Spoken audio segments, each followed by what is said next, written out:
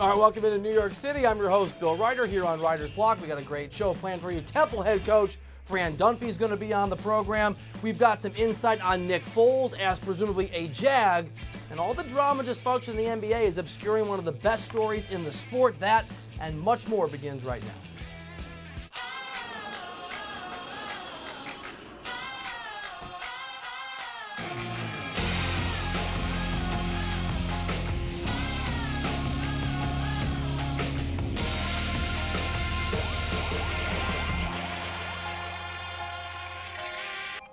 More dysfunction than Los Angeles can handle with the Lakers, which is saying something.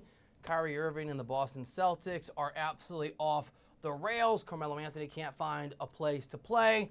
There's all kinds of stories. If you want to go one of those networks where everybody shouts at each other and screams about sports, that's not us. And so with that effort, we want to talk about a storyline that was brought up by Andre Iguodala this past weekend that's being obscured by all the pseudo-drama out there in the NBA. And that is the greatness of Steph Curry. We're going to walk you through it, but let's just let Andre Iguodala, his teammate with the Warriors, make the opening case for this conversation. It's interesting because I think he's still underrated. I still think he doesn't really get the respect he deserves. Like, guys think he uses a lot of screens, and guys think he can draw mismatches with him defensively. But when you sit down and have serious conversations, that's when he's the second best point guard ever. That's a bold statement. Here's the key part. He's the second best point guard ever.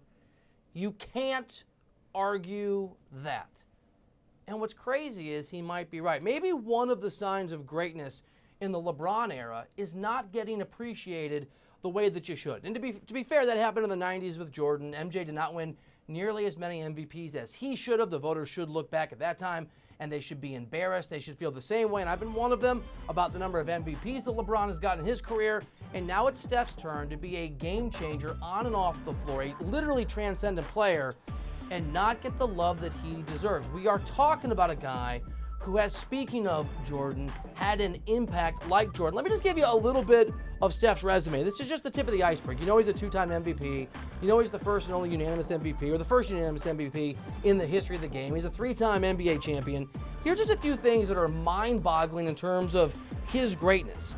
He has 5 of the 8 best three-point shooting seasons of his career. He's the only player to make 300 threes in a season. He's done it twice. In fact, the dude made 402 in 2015-16 and 324 the following season. He has 11 or more threes that have been made in a single game 15 times. He's done that 11 times, and he's already third all-time on the three-pointer list behind guys like Ray Allen. Look, he's going to get there, Reggie Miller as well. He's going to be the all-time three-point shooter. He's going to be the greatest long-range shooter in the history of the game. He's also utterly and totally changed the game. And just to put into perspective how much basketball has evolved over the last 20 years, in the 2 seasons that Steph won the MVP, he made 688 threes, those 2 seasons. Michael Jordan's entire career made 581. One of the marks of MJ's mark on the game, the way that he shaped it, that he changed it, that he bent it to its will long after he was gone, was all the wannabe Michael Jordan imitators who played on every blacktop across America, in every high school gym, in every college gym, and a few talented ones made it to the NBA. And this is not a shot at Kobe. Kobe was the greatest MJ imitator of all time. It made him a top 10 player in the history of the game. This era of players want to be not like Mike, they want to be like Steph. And Trae Young is just the tip of the iceberg of young players who are going to come into the NBA and play like Stephon Curry. A few examples of his impact on the game. Steph has shattered the record for most 3 attempts in a season with 208 in 2015-16, and the league hasn't been the same since then. In the 2 full seasons since Steph did that, the league has gone crazy on three-point shooting and three-point attempts, up over 20% over that time. They've crossed the 6,000 mark, the record, and it's going to be broken again this season. The game is a different game because of Stephon Curry and because of what he's done. The way that he stretches the floor, his range, the fact that he worked on his handle, the ball movement that we see, the three-point shooting that we see, the ease with which Kevin Durant has been able to do his thing in Golden State, attracted to Golden State by what Stephon Curry created.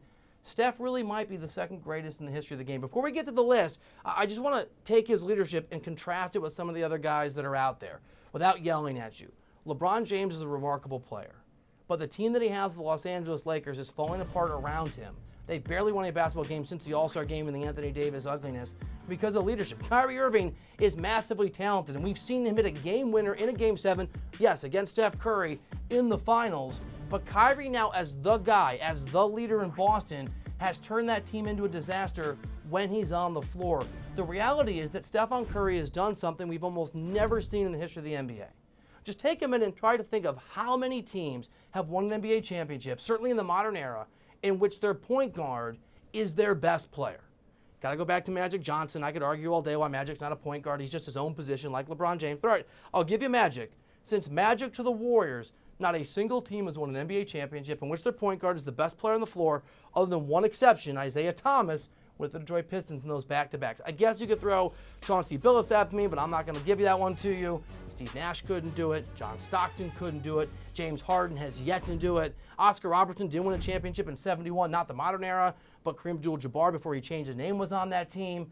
The greatest point guards in the history of the game after Magic are who? Chris Paul I'd put on that list. Steve Nash I'd put on that list. The Big O I'd put on that list. I put Isaiah Thomas 3, but there's no doubt that Stephon Curry, how he's changed the game, his impact on the game, the fact that before Durant got there, those 2 years that they made a championship, 1 year they won one, he was the best player on the floor. Steph has changed basketball. He created from a bunch of players nobody wanted in Klay Thompson and certainly Draymond Green, one of the great dynasties we've ever seen. He is not just the second best point guard in the history of the game. Like LeBron trying to chase down Jordan, Steph still has a chance to chase down Magic. I know he probably won't get there, but just to be Lakers fans, bear with me. Magic had Kareem on every one of those teams, had James Worthy on those teams. I'm not saying Steph gets past Magic. I am saying there's an interesting conversation there. Michael changed the game of basketball. Steph Curry is changing the big game of basketball again. His level of greatness, his impact, his MVPs, his championships, his ability to stretch the floor, his leadership, what he's created in terms of a culture, of a willingness to share the spotlight. It's the antithesis of the Jordan years, and it's one of the reasons he's one of the greats of all time. And how far Steph can go and bring this Warriors legacy is a story still being written. We should appreciate it. We should enjoy it. We should take it in. Steph Curry right now, still playing at a high level, is like Tiger when he was doing that. Jordan at the height of his time. LeBron James, if not now, at least a year or two ago. LeBron is probably still on the list. Tom Brady doing his thing. We should appreciate Steph Curry. And a lot of us should hope that Kevin Durant, I hope he does, goes to the Knicks so that Steph can step back into that spotlight that he avoids and keep winning championships, maybe get more of the credit. I'm with you, Andre Iguodala. He's the second best point guard in the history of the game, and I, for one, am going to begin to appreciate it. All right, let's do a little college hoops. Man, the tournament is coming so quickly.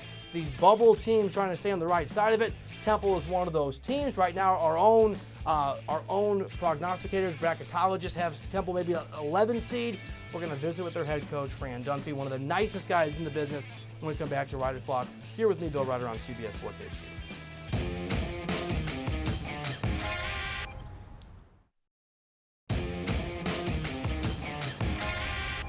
Welcome back into New York City and Reiter's Block. On Bill Reiter. Thank you for being here.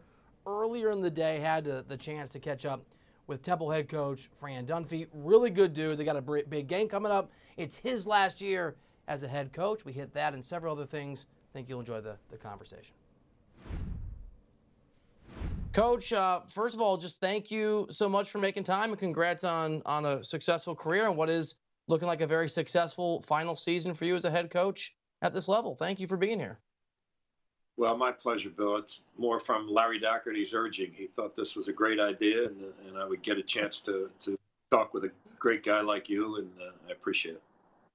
Well, in that case, I appreciate Larry. All right, let's flip things around a little bit. I do want to get to just whatever it feels like for you as a guy who's stepping away from the game to go through this final season.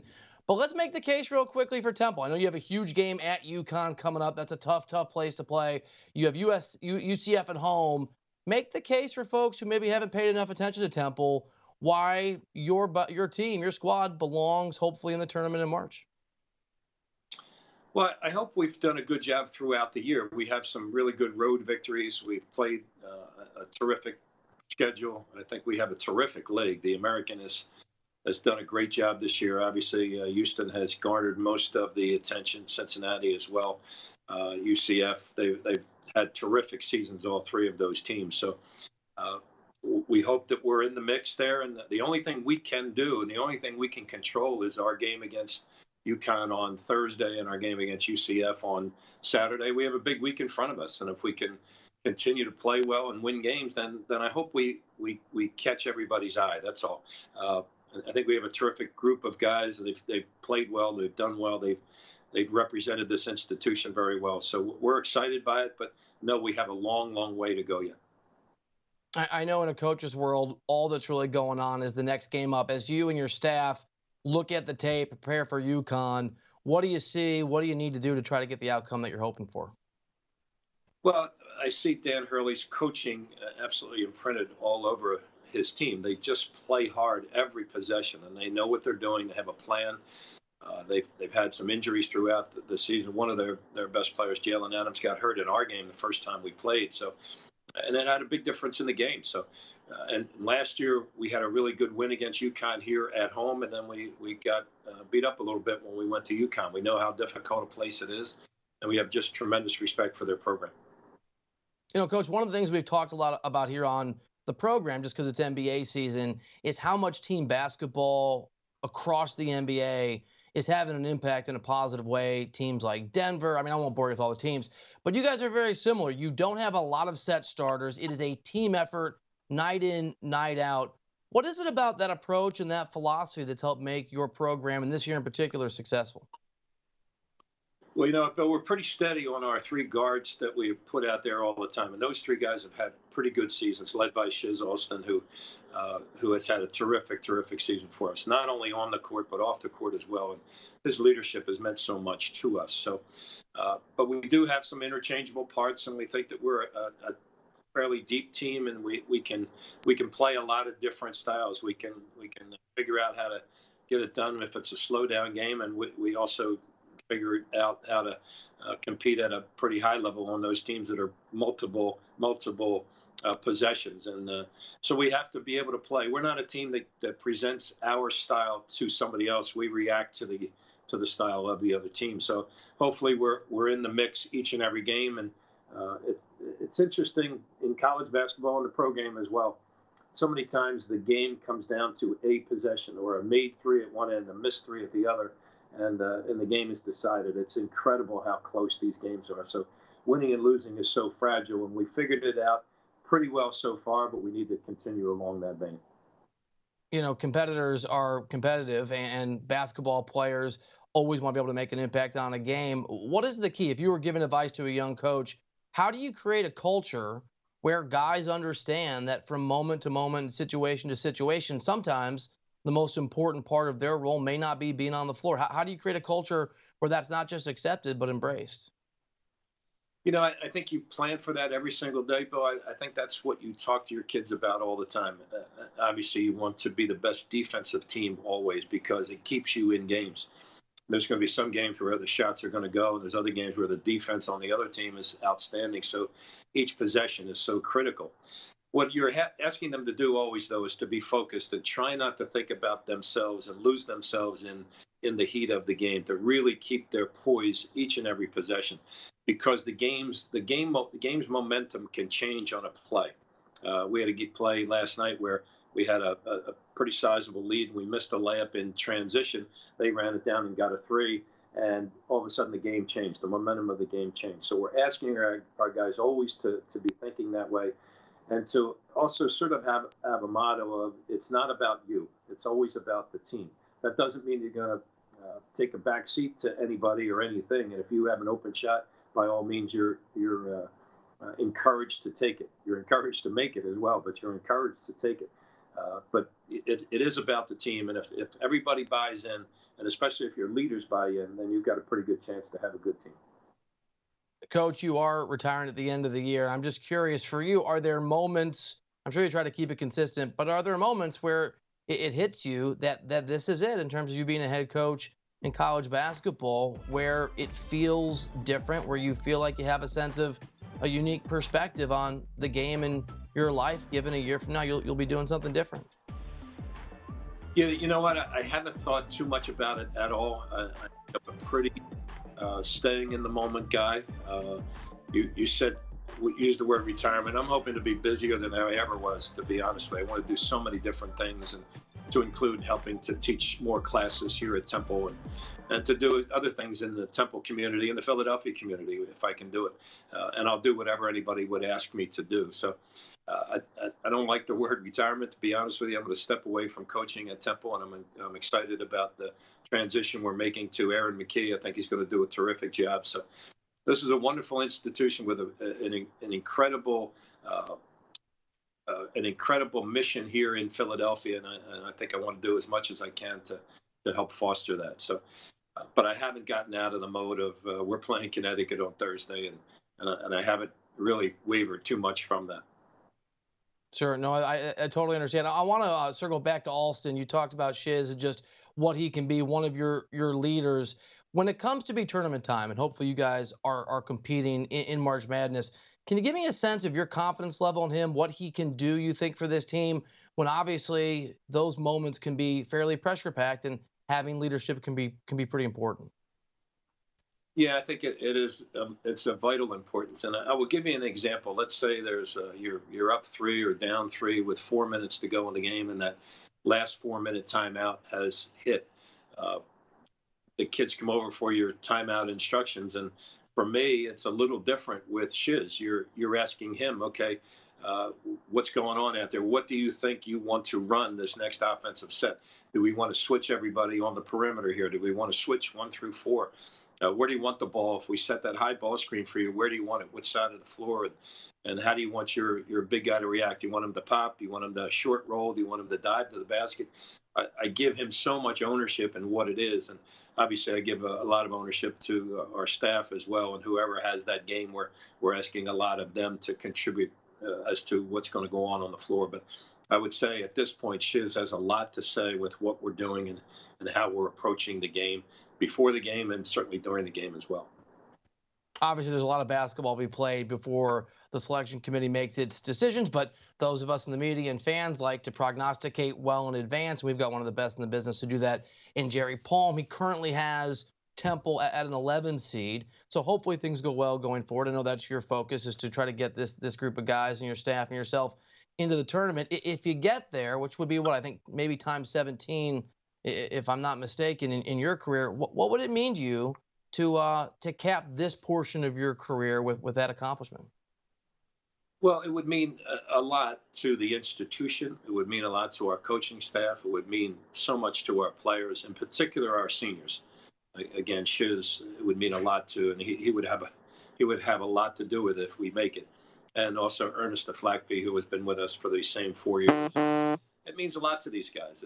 And it should, because it's what we all play for. This is the crowning moment in your season. If you can perhaps get to the NCAA tournament, that means everything to our program and to our university. So that's what we're all hoping for. But again, we've got a long way to go. And as we break it up, we typically break it up in weeks during the course of the year. And this week is obviously one that is very, very challenging for us. And we're looking forward to it, really excited by it, but know how difficult it will be. Coach, I know you're a busy man. I want to close just very quickly with this. We do this show 5 days a week. It's a lot of work, and the producer of this show is a Temple grad. So you guys did an amazing job preparing him, at least, to work his tail off. So we appreciate you double. We appreciate that you're here, and thank you for the great education to producer Tom, or producer Rob, excuse me, and thank you so much for making time for us, and congratulations. Well, thanks, Bill. I appreciate it very much. Appreciate the support from you guys, and if we can bring home another NCAA tournament bid for Temple University, that'd be great. Don't judge me the way the coach did. I know Rob Arciero's name. I got a producer over at radio. It was Tom. Producer Tom got my brain.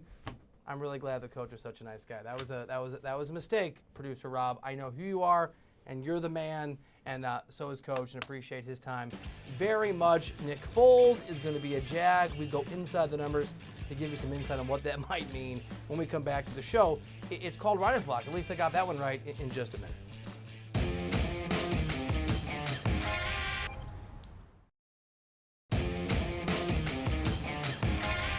All right, welcome back to New York City and Writer's Block. I'm your host, Bill Reiter.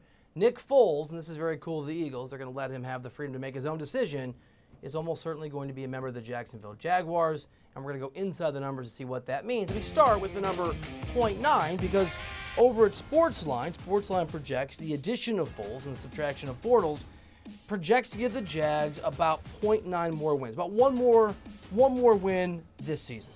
But this number, Jags fans, will make it a little happier. 14.1, as in with this change, with Foles coming to Jacksonville, again according to Sportsline, the Jags more than double their chances to make the playoffs, going from 7% to 14.1% chance of playing postseason football. How about 27-2? In the 2013 season, Foles set what was then the record for the best touchdown to interception ratio with 27 touchdowns and just 2 interceptions. However, that record has been broken by one guy and one guy only. Tom Brady, he's pretty good. 2016 had 28 touchdowns and just 2 interceptions in 12 games. Next up is number 7. One record Nick Foles still does hold is that he's tied for the most touchdown passes in a game at 7, which he did against the Oakland Raiders. Foles is one of 8 players in the history of the NFL to throw 7 touchdowns in a single game. How about the number 1? When bringing the Eagles organization their first Super Bowl, Foles became the first quarterback ever to catch a touchdown in a Super Bowl on that signature Philly special. One of the great plays of all-time Super Bowl history, just for sheer shock value. Next up is the number 21. In that same game, that same Super Bowl, Foles set another record for the most ever attempted play-action passes. 21 of them. He went 12 of 21 for 118 yards and a touchdown on those passes during the game. He completed 72% of his play-action passes during that postseason Super Bowl run. And finally, the number 1, won again for another first from Mr. Foles with the win over my Bears in the playoffs this season. Foles became the first quarterback in NFL history to win a playoff game in consecutive seasons despite starting 5 or fewer games in the regular season each of those 2 years. Nick Foles, good dude. I mean, I think he's a great quarterback. He certainly has been when it matters most, and good for him and good for the Eagles. They've given him the chance to go where he wants to go. It'll be very interesting to watch what he's about in Jacksonville. And, of course, when the NFL season rolls around, we will keep you up to date every step of the way here on CBS Sports HQ. Also some NBA drama, some Lakers drama. It's not an easy time to be a Lakers fan. There's a lot I could say, but we're just going to let Snoop, with the help of some bleep buttons, express the sorrow and pain that Lakers fans feel everywhere. It's terrible watching my Lakers play. Somebody got to go, starting with the coach. Well, this ain't going to work. This is not the LA way. Get LeBron some help, because these goofballs ain't going to do shit. They sorry. I got a boo for the next 2 years, 3 years. This year, y'all can have it. That's from Snoop's Twitter. The whole thing's a bit longer, and the language is a little bit sharper, and there's some terminology we can't put here on CBS Sports HQ. But suffice it to say, like a lot of Lakers fans, he is mad as hell, and why not? They have been a disaster. It's going to be very bizarre watching NBA playoff basketball without LeBron James partaking the first time since LeBron was 20 years old. It looks like that's going to be the case. Thank you for hanging out here on Writer's Block from New York City. I'm your host, Bill Reiter. Appreciate you very much. CBS Sports HQ rolls along from Fort Lauderdale. We're going to keep you updated on everything that's happening in the world of sports. And we got EK, Eric Casillas, coming up on Sportsline in 30 minutes. Thanks for being here, and we'll see you tomorrow.